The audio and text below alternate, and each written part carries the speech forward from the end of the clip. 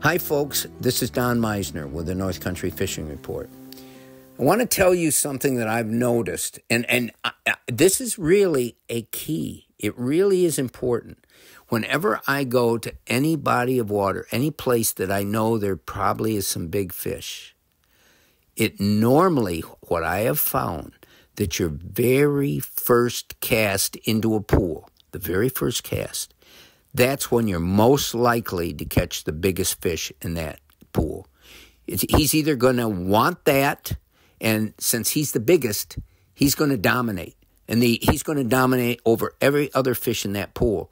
And so chances are the first fish you catch is going to be the biggest. And if you stay in that pool and you catch a lot more bass, they're going to become progressively smaller, because that's just the way nature seems to work.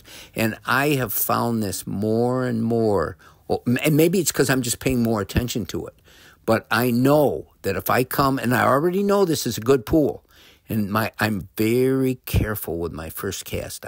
I have my fullest amount of attention. I present it in the best way I can because I know this may be the lunker fish of the day for me. And it's happened over and over again. Just in the last 2 weeks, 3 different times I went out, the biggest fish I caught was on my first cast.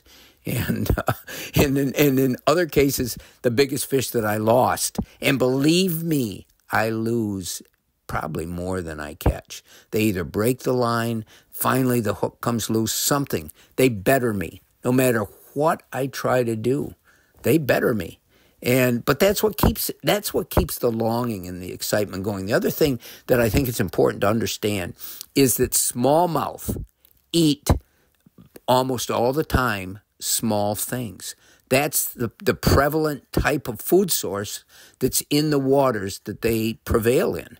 And I think people are starting to realize that now.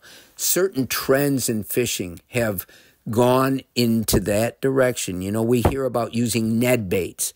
A few years ago, nobody ever heard of such a thing. It's like taking a long 7 or 8 inch worm, plastic worm that you would normally fish, getting your scissors out and cutting off a 2 or 3 inch segment of that worm, putting it on a hook, throwing it out there, and bam, you're going to catch more fish than you ever would have on that bigger worm.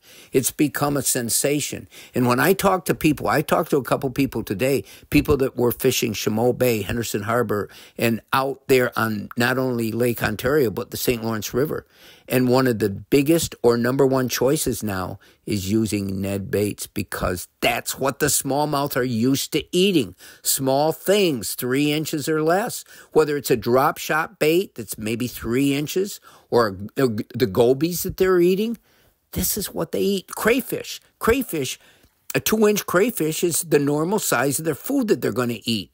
And so if you use Ned baits, that can be a fantastic choice.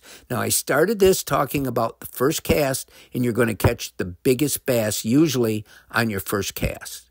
And all those first casts that I'm making, I'm using baits that most of you wouldn't even think you'd use for bass. I'm using tiny, small, little, natural-looking baits that look like either crayfish or small minnows or hellgrammites or something like that. So just remember, be very, very aware of your first cast and put that where you think, through all your years of reading the water and what you come to know about where those fish might be. That's probably going to catch your biggest bass. And remember, you don't have to use great big stuff to catch great big fish. Until next time, folks, this is Don Meissner with the North Country Fishing Report.